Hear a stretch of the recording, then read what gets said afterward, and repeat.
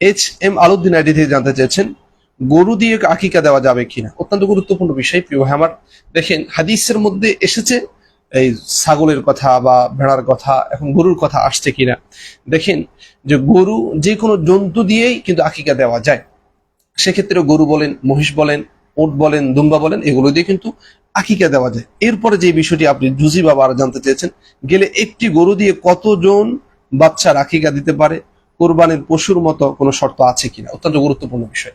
দেখেন একটা গরুতে 7 জন যেভাবে শরিক হতে পারে, একটা গরু দিয়ে 7টা বাচ্চার 7টা সন্তানেরও কিন্তু কোরবানি দেওয়া যেতে পারে, যেটি আমরা রদ্দুল মুখতারের 6 নম্বর খণ্ডের 326 নম্বর পৃষ্ঠায় বিষয়টি সুস্পষ্ট আকারে এসেছে। এবং কোরবানির পশুর যে যে শর্ত, ঠিক অনুরূপভাবে আকিকার পশুর জন্য একই শর্ত। যেমন কোরবানির পশুর জন্য গরুর 2 বছর হতে হবে শর্ত, ছাগলের 1 বছর হতে হবে শর্ত, ওটের 5 বছর হতে হবে শর্ত, মহিষের 2 বছর হতে হবে শর্ত। ঠিক অনুরূপ আকিকা দেওয়ার ক্ষেত্রেও এই 2 বছর 5 বছর হতেই হবে, এটা শর্ত। এটা না হলে আকিকা কিন্তু হবে না। আশা করছি ভাই HM আলাউদ্দিন ভাই গরু দিয়ে আকিকা দেওয়া যাবে কিনা, অবশ্যই দেওয়া যাবে। গরু আকিকার মধ্যে শরিকদার হতে পারবে, এটা কিনা অবশ্যই হতে পারে, 7 জন পর্যন্ত হতে পারবে। এবং গরু কোরবানির যেই শর্তগুলো, এখানেও সেই শর্তগুলো।